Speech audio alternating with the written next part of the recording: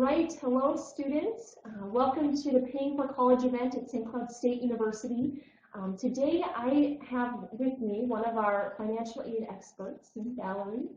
My name is Liz. I'm an admissions counselor here at St. Cloud State.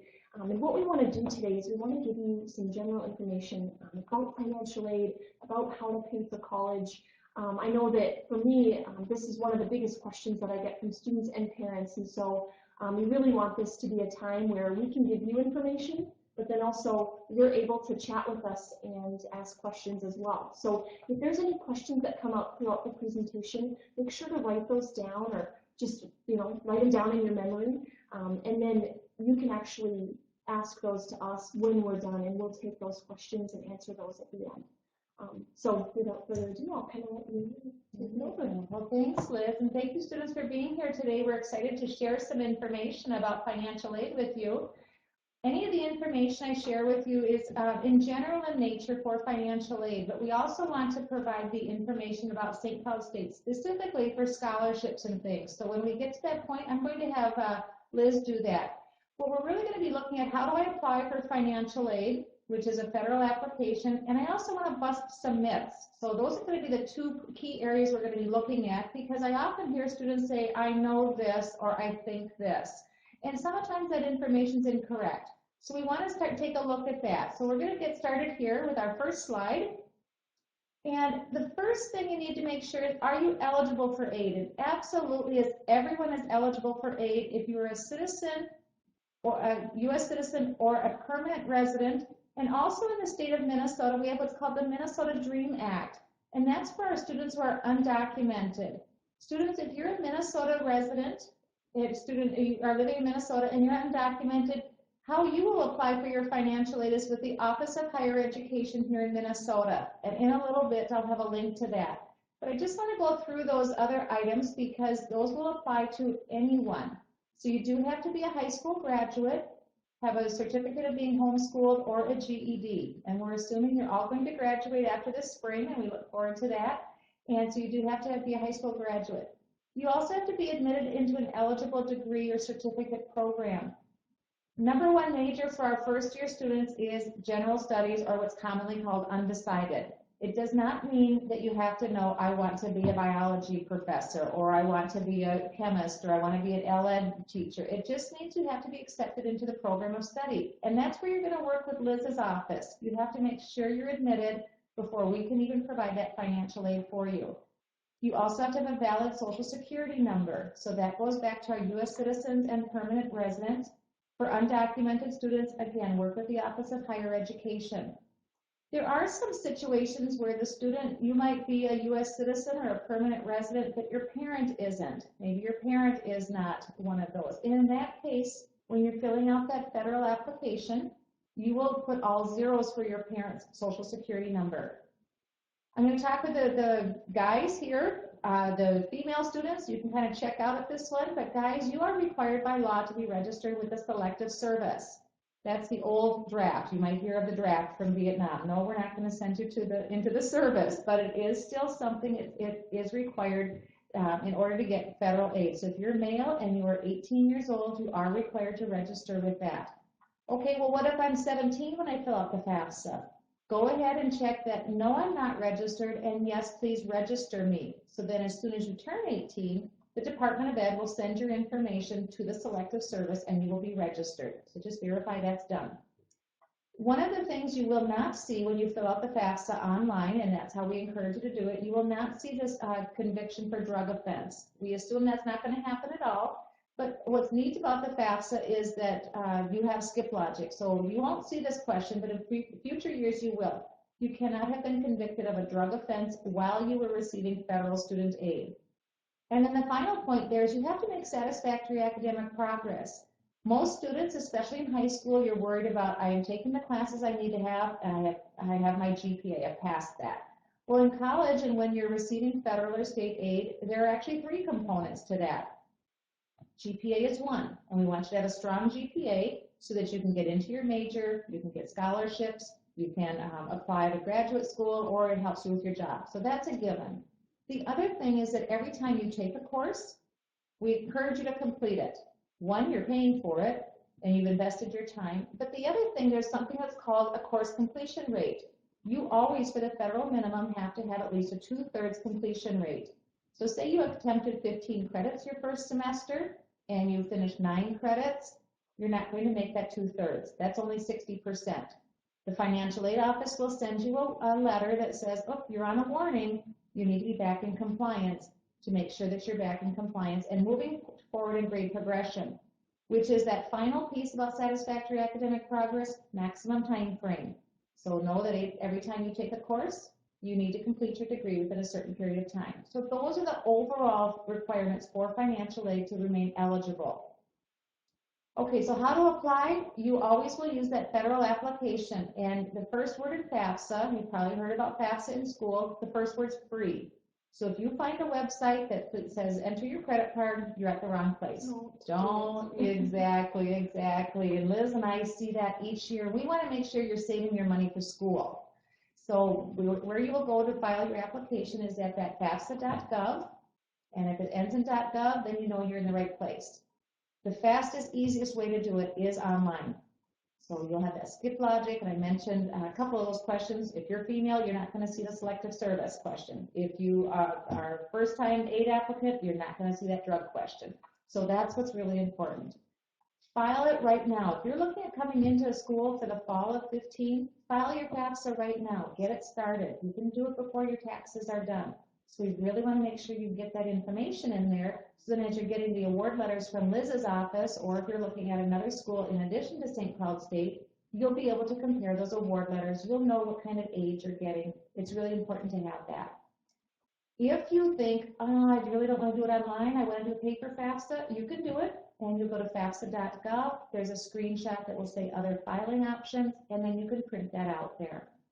The final thing on this area of how to apply is there may be a school form. St. Cloud State does not require that for your financial aid.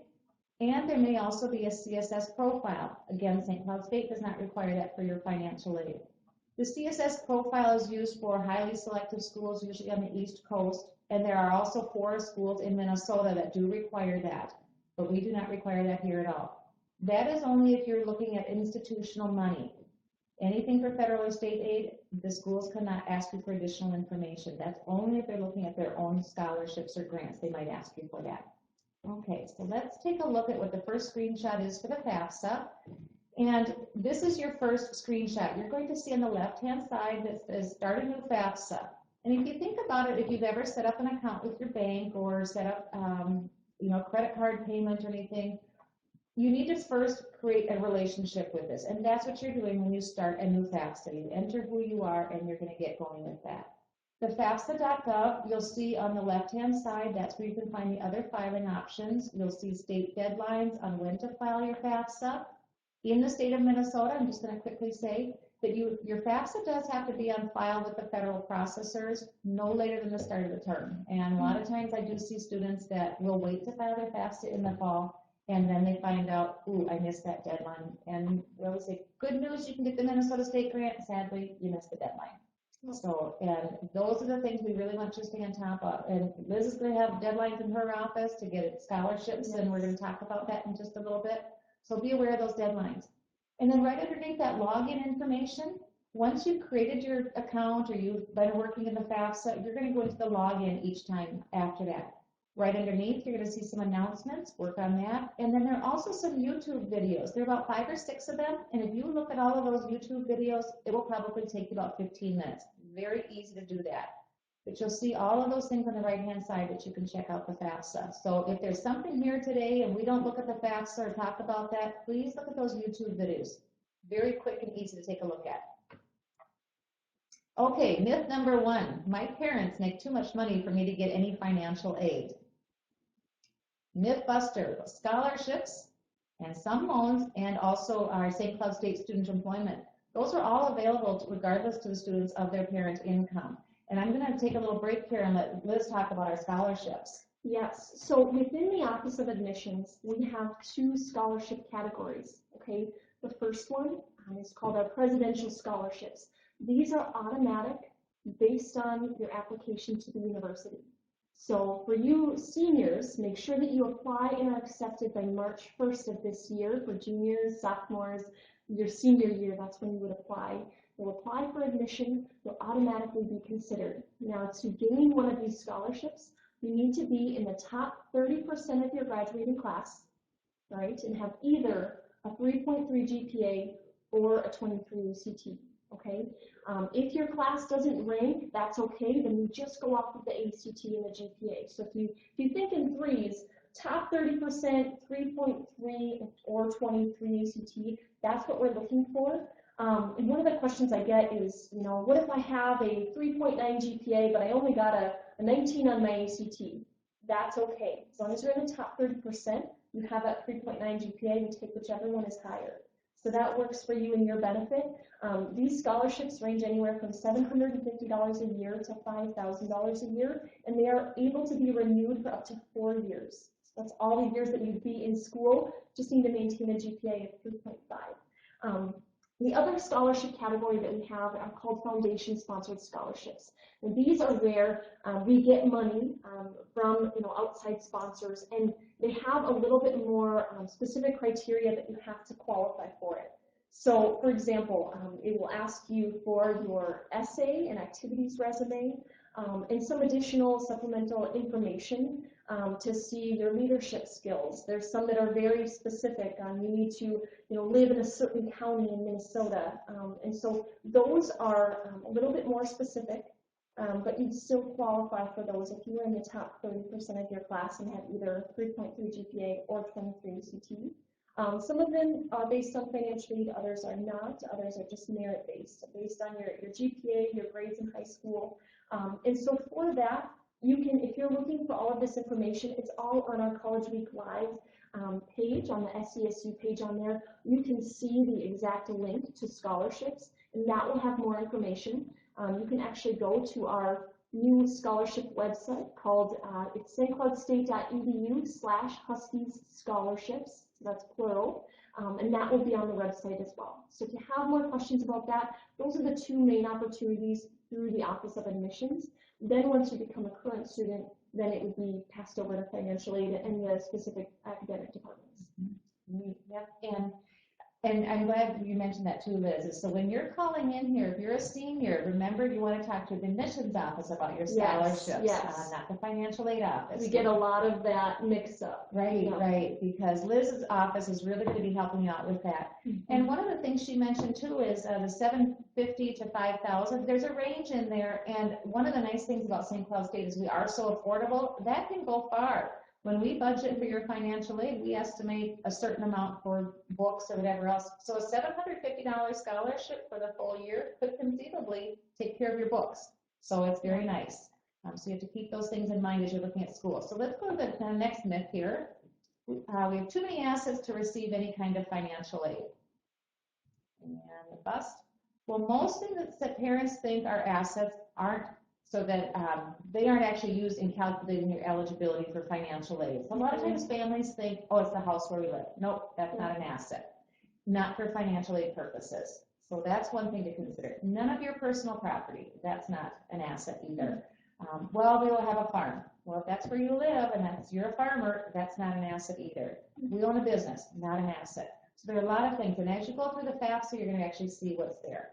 But students, if you have savings bonds or your parents have rental income, those are all those things that are assets. So that's one more myth. Let's go to the next one. Liz, I'll let you read that myth there. Right. Why bother completing the FAFSA, pre-application for federal student aid? It's too hard and it won't help anyway. I hear this actually quite a bit. Right. So the myth buster on that is it's worth it. It takes 20, 30 minutes to fill out. And that's going to determine your eligibility for a lot of different aid. Exactly. And you mentioned some of those foundation scholarships, and I'm an alumna of the university, and I donate, and one of the scholarships to which I donate, it is need. I want it to go to that good student with high need. So that's why the FAFSA is there. It's also a free way to hold your classes. If you're going to any MnSCU school, whether it's a 2-year school, St. Cloud State, it's a way to hold your classes for free. So you don't have to come up with some money during the summer when you're trying to buy books and things too. Sometimes parents will say, well, we don't want to fill out the FAFSA, we just want to take out a loan. I want my son or daughter to get a loan. You do have to have the FAFSA for that. It's federal aid. And I mentioned the YouTube video, so check those out then too. Let's look at the next one. I'm a first-generation college student, and if that's your wonderful, we're glad that you're looking at college. I'm doing it all on my own. Nope. Lots of support services, and we have, if you have a disability, maybe you have a reading disability, or you need someone to sign in your class. We have tutors here on campus, lots of services to help out students. Yeah, we want to make sure that you're successful, and especially if this is your first time going through the entire college process. For my opinion, sometimes it can be a little bit overwhelming. So, we try our best in the admissions standpoint and financial aid and all of these different services to help you make that transition into college a little bit easier. And one thing I would say, just a piece of advice, is use those resources. It's something that we can't force you to reach out and ask for help, but we would love it if you would. So that's why, if you do have questions, I'll mention this a little bit later, but I will be on the online chat later today from 4 to 6 Eastern time, which would be 3 to 5 Central time. So if you do have other questions following this presentation, make sure that you ask me. And those are free services. Yes. Your student services will cover those things. Yeah. And one of the things we hear a lot from our first year students, especially in financial aid, they'll say, oh my goodness, this is not like high school. And it's not. It's a little more rigorous and more fast-paced, and someone's not reminding you to turn in the homework, or did you get this done? So use those support services if you have test anxiety or time management issues. A lot of services on campus for that. So use that. That's true for anyone. Let's see, our next myth. I will have to borrow a truckload of money to pay for school. No, we only want you to borrow what you need. Last year, we had our loan debt for our St. Cloud State student graduates is going down each and every year, and we really want to make sure that is reduced each year too. So first thing you want to do is find out what your bill is, and then how much have you saved. As I talk to students, sometimes they've seen that loan on their award letter, and they've taken out the loan thinking I have to have it, and then they'll say, well, now can I pay that loan with my $2,000 in savings? Take your savings and pay the loan, instead of taking out a loan. Right. So you want to graduate with as little debt as possible. Right, and we have, 45% of our students that graduate with no debt from St. Cloud State? A couple of years ago, it was about 40%, right around there. Okay. Yes. And our loan debt is about on pace with what the national average is. So you're looking at probably 25,000 or so. Yeah. And I know sometimes I've had parents or families that have said, well, that's a lot of money. Well, all right, if you're buying a $25,000 car, you have a $400 a month car payment or a lease. Right. You can have a lower loan debt because there are some loan repayment options also when you're out of school, if you're in particular majors. So it's important to know that borrowing might be part of your college career, but it's an investment. It's an investment in you, and it's an investment in your future. So let's see what that myth is then too about some other things. You can only borrow what you need. We only want you to borrow that so that you can graduate with that reasonable loan debt and loan repayments. And so let's look at some other ways to reduce that. If you're doing PSEO in school right now, you're doing senior to sophomore or college in the schools, that's a great way to keep your loan debt down because you've already paid for it, maybe a semester. Or we have students that come in as juniors. You're a high school student, you come in as a junior. So we have that. That is a way to keep your loan debt down. Only borrow what you need. We also have payment plans with the university. You have a small enough loan. It's a $30 payment plan. Oh, we're on a little bit of a technical situation. We have to move a little bit more. But we offer payment plans, and that might be better for you because then you don't have that debt when you're paying as you go. And I would say it's sort of like a layaway plan. I want to buy this gift for Christmas, and I want to pay it off by Christmas. Pay it as you go. And exactly. You know that's going to be there. Pay it now. Pay it a little bit as you go. Pay it in increments. Earning as you're learning. Have a part-time job. If you have a loan, and sometimes I have students that will say, well, good, I can take a trip. My first question is, how would you have paid for that trip if you didn't have the loan? If you weren't in school, how would you have paid for this if you didn't have that loan? So keep that in mind and just pay as you go. Pay for your books if you can. Use a part-time job. Not only are you keeping your debt load down and earning money, you are getting valuable job skills. You really are. And having a part-time job, we have lots of students working on campus. You find out what you like. You also find out what you don't like. Mhm. I'll use a quick example. I had a student that was an elementary education major. He was tutoring off campus. I did a site visit to see how he was doing. And this is one of his work study positions with the financial aid. And it wasn't very successful. Found out he didn't like working with little kids. And he's working with first and second graders. Oh, and that was wow. going to be his career. He found out at 19 versus when he Versus having graduated. completed the degree. Exactly. Wow, So yeah. he switched into education administration. Still in education, but it gave him that opportunity to switch it up Yeah. and know that better to find that out now. So part-time jobs are really important.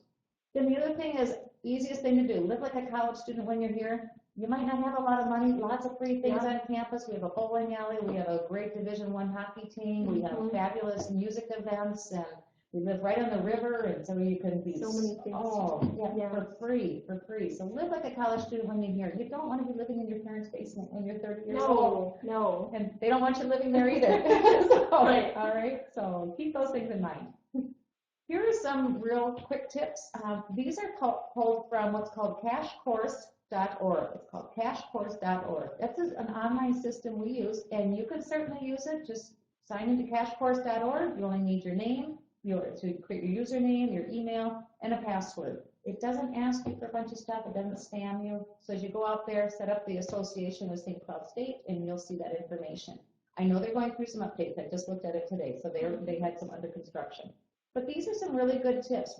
First thing though is know what to need, know what to want. Mhm. You have to eat. You have to have a coat in Minnesota. You need those things. But a want is I want a new coat every season.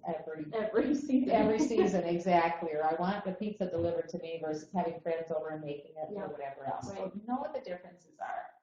And just again, live like a college student. So there's some good tips there for you too. And there's that cashcourse.org that I mentioned. The federal website, studentloans.org, studentloans.gov is the federal, also has what's called financial awareness counseling. So you can go out there and go through some of the same counseling things. And then smartaboutmoney.org is another good resource. So we always check these out, make sure that they're reputable sites. They're not going to be spamming you or asking you for a bunch of stuff, and they don't cost anything. And I think what I'll try to do too is I'll try to upload these onto the website as well. So if you need more information, you can just go right on our College Week Live website. Perfect. Okay, next myth. I'm an undocumented student. College is out of my reach. Myth. I just mentioned the Minnesota DREAM Act. Your state might have a similar DREAM Act. Usually, though, you have to use it in your own state. But the scholarships, that's good to know. There might be some scholarships. There are some, if you just do a search on undocumented students and then through the Office of Higher Ed, there are some resources for scholarships as well. Yeah. So keep that in mind. Okay, so it's not out of your reach. And then there's the website for the Office of Higher Education, and maybe that would be something you could upload as well. Yeah, I definitely will. And something to keep in mind, students, if you are an undocumented student, perhaps you've been doing PSCO, full-time is 12 credits here. What some students will do is they'll take maybe 12 credits and they pay as they go because they know they've already completed some credits in high school. So there are some other ways. And just talk, ask questions, be your own advocate, ask until you get your answers. Like we were talking about, just take advantage of those resources. Exactly, right. I'll let you look at this stuff. My financial aid award may be different at different schools. All right, so Mythbuster. Okay, schools have different costs of attendance. Yes, that's true. So one example we put on here is Harvard is going to be very different than your local 2-year community school. Okay, and they're going to have different sources of funding. So work study, the federal aid. So your award letter may differ from school to school. Right. And as Liz mentioned about the scholarship, you might get a scholarship from St. Cloud State, but you don't get it from another school. So we will have some other institutional funds or we've awarded you something. And you also know that, Harvard's a lot more expensive. And even if you had all the same financial aid at one school, Harvard, if you go there, you can't take your Minnesota grant with you. So if you stayed here and you went to St. Cloud State, you could use that, or if you went to an in-state school. So those are the things. And I know there's a screenshot in a little bit that we'll kind of give an idea. Yeah, and this is why too, a lot of times I talk to students that want to do a 2-year community college at first. And for some of you that may be a good option, but one thing I would recommend is fill out the FAFSA, apply to both. See what you get with that aid, because like we just mentioned, because they're different costs, you may get different aid. So that's gonna I guess, depend on how much each institution will cost. So apply to St. Cloud State, fill out your FAFSA, and then you'll be able to see for sure, how much you'll be paying out of pocket and how much you receive. Right, So- right, exactly. So here's a very simple formula, or it's the cost of attendance. So if you just plug in school, put in whatever school you have, find out what that school's comprehensive cost of attendance is. And that you'll find on their website. You can ask the financial aid office. So again, that's going to change from a 4-year school to a 2-year school, private versus public. And then look at that expected family contribution. That's not what you paid. It's what the FAFSA is going to calculate. It's going to take all that information from your family. What's your family's financial health? And it will take that and say, okay, here's your index. It's just used as an index. So the schools will take that. And so if you put expected family contribution, you can put FAFSA results behind there. The schools use that to say how much aid and what type can we get. That's why you know that if you start with, say, a private school here in Minnesota at $45,000, their cost of attendance, and your family's EFC is 5, you can get $40,000 in aid. Conceivably, they will try to do that. Doesn't mean that they can match all that, though, because there are some limits on types of programs. Now, if you take St. Cloud State, this year our cost of attendance is $19,000. You subtract out that same $5,000, you'll get less aid, you'll get $14,000, but your cost is so much lower in the beginning, and very, very affordable. And right underneath there, you see the main factors that are calculated in that EFC. It's the parents' income and their assets, along with the student's income and assets. How many are in your household, whether they're living in the household or not. So maybe you have a brother that's already in school and he's living away and he doesn't come home. If he's still in school and he's dependent, using parents' information, you count him in there. And then how many are in college? Remember to count your brother in college and count yourself. So those are the main things that are used in that formula. So here's just a real quick table. If you look at the blue, that's a private school. If you look at the yellow, that's a 4-year public school. And if you look at the purple, that's a 2-year public school. So you can see that those costs vary. But that green in the middle, that's the EFC. That's what came back from the FAFSA. That doesn't change. So if we slide that underneath there, you'll see that those costs will vary, or that type of aid eligibility will vary. Your family doesn't have any more money based on your choice. It just means what type of aid will the school try to fill that gap. And you see the gap is smaller in that purple than you see on the 4-year private. I love this because I'm a visual person, so it gives you a chance to actually see, how it's laid out. Right, yep. So some things to keep in mind. We don't want this to be a surprise when you arrive on campus in August and say, oh, I have to have books. Yeah, you do. Or how am I going to get home? I need gas money, or I have a bill. We want you to keep in mind the cost. As you're comparing schools, look at what that award letter says. Look at what type is it. Is it more scholarship? Is it more loans? Is it renewable? Is it one time? Do I have to pay it back? Do I have to earn it? No one's out there. If you're looking, I'll give you an example. When my son went to school, he said he was tired of the Minnesota winters. He said, Mom, I'm going to school in Southern California. And I said, great, I will see you at Christmas. And how come I can't come home? I said, because you don't have money to be paying airfare back and forth. And so he was surprised about that. He ended up going to school in Chicago, and he ended up with worse winters than we had, so Chicago winters. But we talked about that this time of year. So it wasn't a surprise. He still applied to that school, because he said, well, maybe I will stay there open, and that's fine. Or I could go down and visit him. But we had that conversation as a family before he was wondering how am I going to pay the airfare to get home. So keep those things in mind. One of the nice things I know with our school, we have a lot of the buses. You can use the Jefferson line, or there's the Megabus, or there are a lot of affordable transportation. Also know what your resources are. Are your parents going to help you pay for the gas to get home? Are you going to be buying your books? Do you have grandma or grandpa that said if you do well in school, will give you money? What are your available resources? Will you be working? Know what those are. And you really want to be looking at that now. You don't want to be waiting until July when you have your acceptance letters, and then you're going to be deciding on your school in May, then you're going to go to the advising days. You want to start right now so you can plan that out. And students, that's why it's important, if you're seniors right now, great. Even if you're juniors, students, make sure that you talk to your parents about these things. Parents, make sure that you talk to your students. Get that open communication flow so that it's easier to talk about these things and discuss it, so that it's not like you said, a huge surprise when you go to, welcome weekend. Right, so. Exactly. And one of the things I tell with parents too, when they fill out the FAFSA, you including your information in the FAFSA, and if you have a dependent student, which I would venture to say most of you are going to be dependent. It doesn't mean your parent is paying for the education. And parents, it doesn't mean that you have to pay for it. But we can't get that EFC without the parent information. And so we need that. And yes, have an open conversation. And if you don't always have to say dollar amount, you can. Maybe you have a 529 plan and this is how much is in there. It has to cover you for 4 years, or use it all up in 1 year and you pay the rest. However that is. So whatever works best for your family, and that's what's really nice about having those conversations. And we are here to help you. So contact our offices, contact us individually so that you can have those early conversations. Okay, so here's a quick timeline. You've already been going through the admissions process and the scholarship applications. And where's that deadline again for our scholarship is? March 1st. Okay, so if you've not yet applied, we want to make sure that you have. Quick question, I do hear this. All right, I took my ACT score and I didn't come on the grid or it got lower. What happens? Can I get that reviewed? As far as an appeal? Yes. Yes. So if you, a lot of times what I see is students will fall on the grid with their ACT and their GPA. So they'll have a 23 ACT and a 3.3 GPA, but they won't quite hit that mark for the top 30% of their graduating class.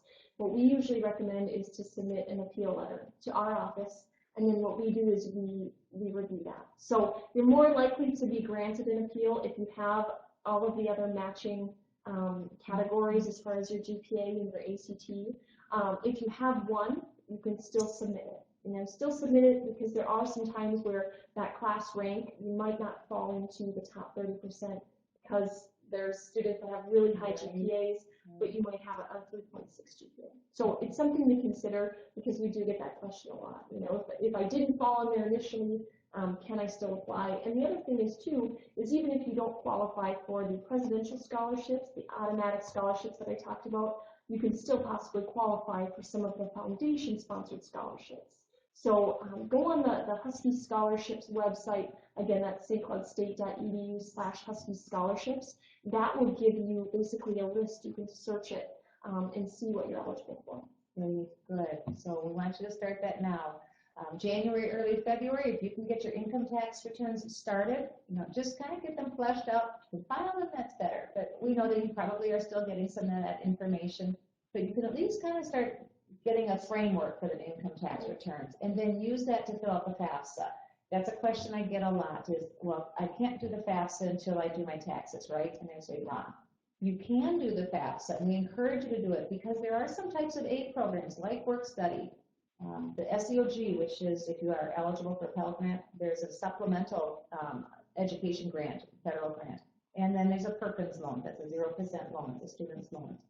Those are early applicants, so we get those FAFSAs in February, mid-February, and we use those. Those students who apply early, just like everything else, you come to the party earlier, there's going to be more opportunity. But within the federal aid program, those are limited dollars that each school has. So that goes back to, you might be seeing different award letters because one school that has a greater allocation, or they have fewer students that are interested in work study, they can award it to more. So that's why you want to apply early to increase your chances of getting those types of aid.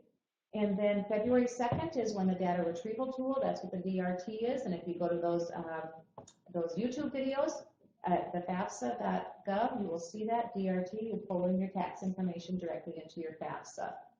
Then when the financial aid offices start actually reviewing all those FAFSAs, we'll start reviewing those in about mid-March or so. If we need different additional information from you, we want you to provide that. We will tell you what we need and then send that back to us right away so you can get that award letter. We usually send ours out by early part of April if you have a complete file, and then you'll be making your decision by May 1st. Which school do you decide you want to go to? Great. Which brings up too, if a student is awarded a scholarship, they're going to get a notification, and there's a deadline with that too to notify. Right? Yes. Yep. So you'll be able to submit we call it a scholarship contract. And that's typically in the spring as well. And so as soon as you get that scholarship contract, make sure it's either return it, or you can also go online as well and accept that through your Husky profile page. And for those of you that are in our Husky profile, you'll know what I'm talking about, but you can go on our website. This is also a link on the College Week Live website as well, through St. Cloud State. Yeah. And it's important to do that even if you haven't fully decided you want to come to St. Cloud State, because maybe you're looking at us in another school, and You don't submit that back by May 1st, and come June, you say, yes, I do really want to come to St. Cloud State, and here is my scholarship acceptance letter. That money is gone. Yeah. We will not honor that because you've missed the deadline. So deadlines are so important. Yes, yes, they are. So, yeah, so keep those things in mind. All right, sometimes there are special circumstances. Earlier I said that if you're a dependent student, you need to use parent information. Well, you might have a parent situation where you can't provide parent information. If that's the case, work with the financial aid office. You'll provide documentation of what the special circumstances are for your family. The most common are there is some type of an estranged relationship between the parent and the student, or I don't know where my parent is and I'm not adopted, or my parent is incarcerated and or my other parent is deceased. You might have some special circumstances, and in that case, work with the aid office at that school and they will ask for additional information. The other type of special circumstances are that maybe you're a dependent student and you did use parent information on the FAFSA, and you're going to use your 2014 taxes. Well, we know you're coming in for 2015. I'm talking to the seniors, so juniors roll this forward a year. So seniors, then you're going to come in 2015. Well, maybe the parent is laid off, or there's been a death or divorce in the parent situation. There's been a change in the income, or my parent has been getting child support all of 2014 that's going to end in 2015. That was a significant amount of the family income. Again, work with the financial aid office, provide the documentation, and that financial aid office will review that. And you need to do that at each of the schools because it's something outside of the federal application. That's good to know. So keep those things in mind. And so here are reminders. We encourage everyone to complete the FAFSA. You're looking at some scholarships that might require that, even if you're looking at maybe you want to work on campus. So work study does require the FAFSA. Some schools require it even if they are using their own money because they want to know that it's a higher need student. Also, I see that sometimes students will come in October, and right now we're talking January. Yep, we know where our money is, and we've set this money aside, and it comes in October. They'll say, my parent is seriously ill, or our car broke down, we needed to buy this, or there's been a significant change, and that money you expected to be there isn't there anymore. So having the FAFSA already on file, you already have Plan B set up, so if you need to use Plan B, it's ready. You don't have to start filing it and then wait a period of time during the semester. So file it early, file it, and have it done. And then as I mentioned, the Minnesota State Grant has a 30-day filing deadline after the term starts.